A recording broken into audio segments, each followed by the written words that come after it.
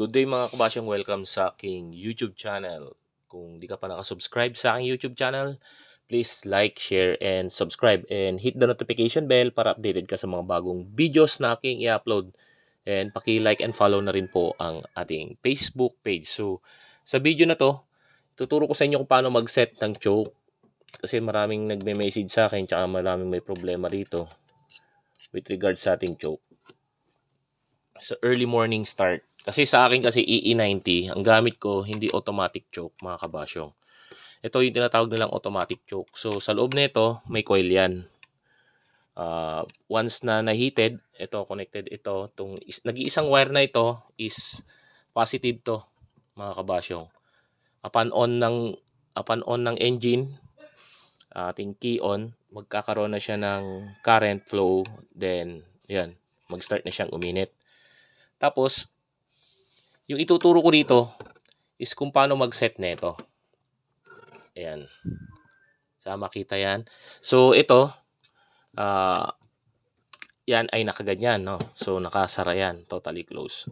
So, pag nakasara yan, check nyo doon. Yun. Yung may lever tayo dito. Ayan. Disregard muna natin yung spring. So, itong green na to yan. Ayan. May tatlong step yan. May tatlong step. Ayan. Nakita nyo yung ginagalaw ko. Nakikita nyo yung may puti. Yan. Tapos yung D. Yung iseset natin is yan. Itatapat natin doon sa may pinaka-block. So, i-remove ko muna tong spring na to.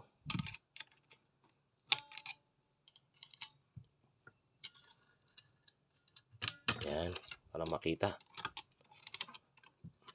So, ayun. Tapos, ilalagay natin doon sa block. Ayan. Tapat natin doon. Yan. Set na siya sa pinaka-pangatlo. Kasi, tatlo yan eh. 1, 2, 1. Ayan, kita nyo. 1, 2, 3. So, tatlo. So, nakaset siya sa tatlo. Pag magsiset kayo nito na nakakabit sa inyong karburador, ay sa inyong sasakyan, tanggalin nyo ito. Hugutin nyo. Tapos barahan nyo lang muna. Tip nga pala, kapag wala kayong bimetal, wag nyo nang balaking gawin pa ito. Kasi kung wala kayong bimetal, or ang ating BBSB, vacuum bimetal switching bulb, is hindi nyo magagamit ito. Bakit? Kasi operated yon kapag uminit yung sasakyan, nakuha niya yung tamang operating temperature. Itong choke breaker na to, magpa-function yan. Hihigop yan. Yun. Kita nyo? Nag-click. Nakaset siya sa pangatlo. Tapos, yun. Kita nyo? Tapos itong choke positioner, ayan. Hanggang dun lang yan. Siya na yung magse-set. Yan. Yan. Siya na yung magse-set. So, hanggang dyan lang yung bukas niyan. So, operated to ng manifold vacuum din, pero nakakabit sa BBSB. Yan, ito. Tignan nyo na lang, review nyo na lang yung inyong vacuum. So, ito dito kasi sa video na to, ituturo ko lang muna ito kung paano mag-set. Ngayon, di ba na yon? Sinample ko lang naka-set na yan ng ganyan, pangatlo. May screw yan dito sa likod. Yan. Ang RPM nyo dapat is 1,600. Ito. I-adjust nyo, ipipihit nyo yan, ilulusen nyo muna, then saka nyo higpitan kapag nailagay na yung pangatlo. Yun. So, yun na, nakasayad na. Ayun o. Ayun o. Siset nyo siya sa pangatlo. Yan. So, pag nakaset na ng pangatlo,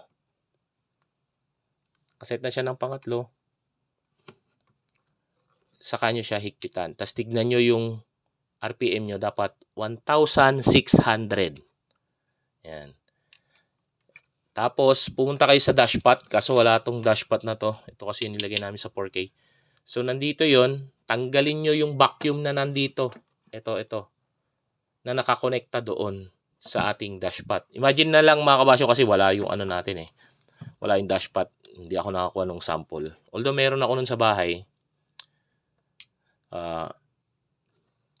Ito tatanggalin nyo yung connection, babarahan nyo muna. I-set nyo naman yon ng 2,000 RPM. Disregard nyo kasi dalawa yung connection nun, di ba? Isang ported, isang manifold. Ngayon, yung isa dun, tanggalin nyo muna. Ito yung connection nun. Yung nandito mismo sa may babang baba. Nandito sa may babang baba. Hindi yung nasa outer part ha. Ngayon, set nyo sa 2,000 RPM. Kapag nag-set kayo nito, pero masasabi ko yan, dapat meron kayong BVSB. Bimetal Vacuum Switching Bulb. Yan. Kailangan meron yon. So, yan. Yun ang pag-set niyan. 1,600. 2,000 RPM naman sa dashpot. Yan. Tapos, hindi na-set nyo na. Pag binalik nyo na yon, balik nyo na yung vacuum. Balik nyo yung vacuum din dun sa kabila. Then, pag na-set nyo, makikita nyo pag na-reach nyo na yung optimal operating temperature, yan. Kusang pumipitik pataas ito. Ito.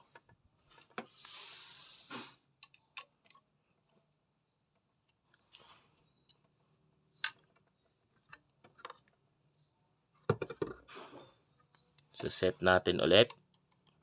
Palawagan. Then, lagay sa pangatlo.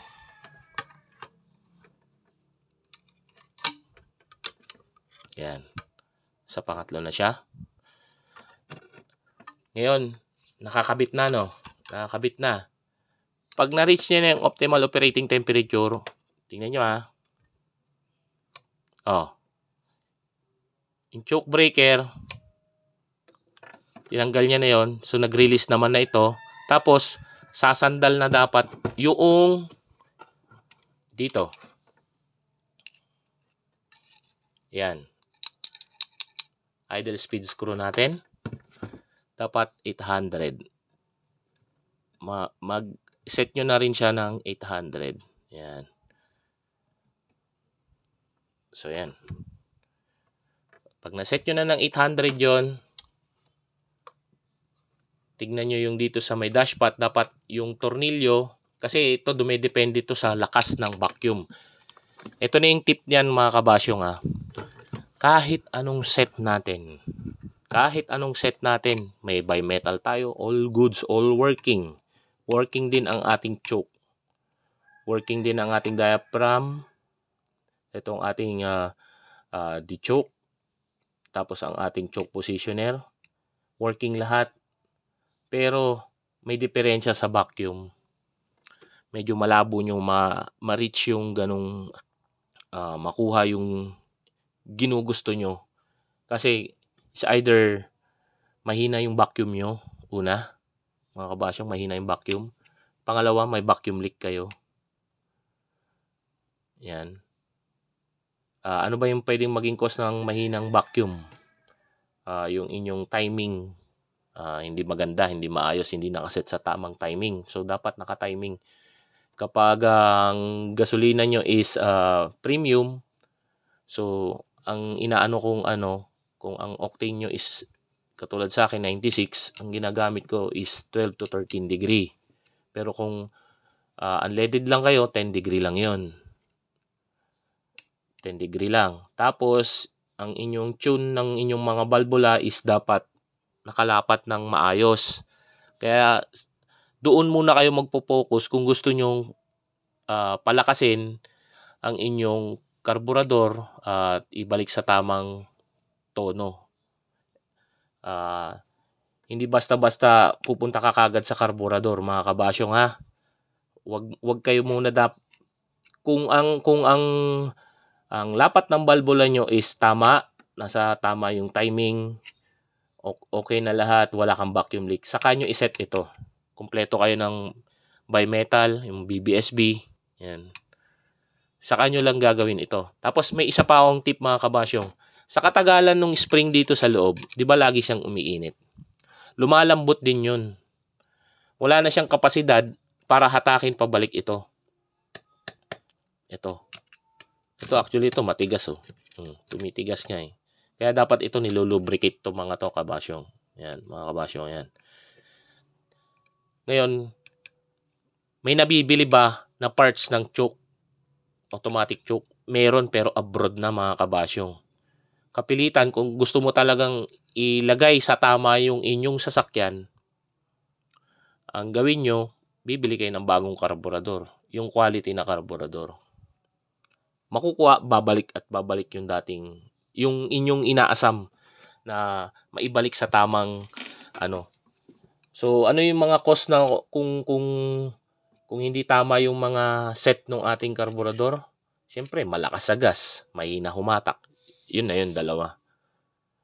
So, yun yung mga susunod pa nating tatalakayin mga kabasyong. Pero dito muna tayo sa ating pag-set nito. Isa pang tip, mga kabasyong, wag kang basta-basta mag-a-adjust nito na biglang ang RPM mo is 1.4, 4,000,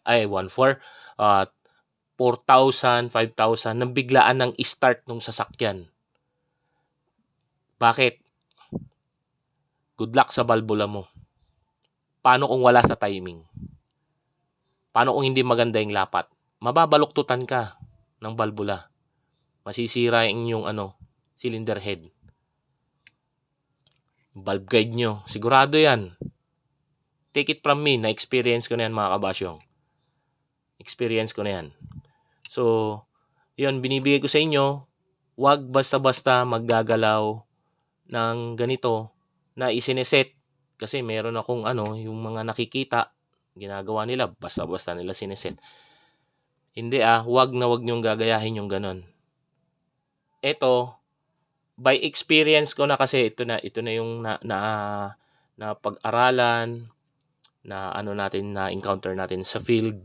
So sa pag-set nito 1,600 RPM, sa dashpot is 2,000. Yung ginagawa ko is wala kasi akong bimetal at BBSB. BBSB wala ako nung mga yon sa EE90. So ito is pang EE100 pataas. Basta merong mga ganito, mga Love Life, Corolla na 95 model, may mga ganun, EE111, EE101, EE100, yan. Yung may auto choke. Basta tandaan, auto choke is 1,600 ang set. Tapos 2,000 ang sa dashpot. Yan yung pag meron kayong ganito. So, yun lang mga kabasyong. Intindihin nyo lang maigi para makuha nyo yung tamang set ng inyong carburetor. And take note, may isa pa akong tip. Kung hindi nyo makuha dito, hindi nyo makuha doon, tapos biglang taas yung RPM nyo, ito na yan, biglang taas yung RPM nyo, okay naman yung inyong choke, okay naman ang inyong dashpot, okay lahat. Wala kayong vacuum leak. Ito na yung may salarin. Ito.